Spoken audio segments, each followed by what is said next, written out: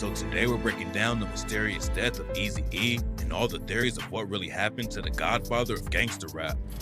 In early 1995, Eazy started to get a bad cough and was having trouble breathing. At first, he assumed it was just a cold or something small like asthma, but the cough got worse and worse until he had to go to the hospital. Eazy thought they would probably give him some medication and send him home, but nobody ever imagined he would be on his deathbed just a few weeks later. At the time, Eazy was in the prime of his career. NWA was one of the hottest rap groups ever, and after their breakup, Eazy kept up the momentum with his solo career. His beef with Dr. Dre and Ice Cube made him bigger than ever, but it was starting to cool off, and there were even talks of a reunion. Tragically, before any of that could happen, Eazy suddenly passed away. On February 16th, Eazy's friends brought him to the emergency room so he could get help with his cough.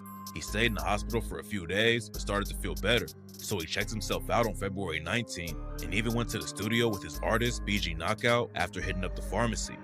But the cough didn't go away. On February 24th, Eazy returned to the studio with BG where they were supposed to be working on their album. Eazy had one verse left before they could turn the project into the label, but when it was time to record his part, he started having trouble breathing. BG found him in the back room and kept trying to get him to come back to the studio to record his verse, but after a while, he realized something was wrong. Eazy was having trouble breathing and kept hitting his inhaler. He was also sweating like crazy and could barely speak.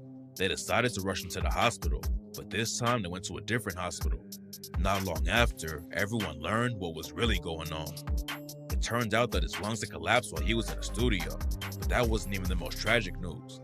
Later that day, Eazy found out that he tested positive for A.I.D.S. and didn't have much time to live. Everyone was shocked.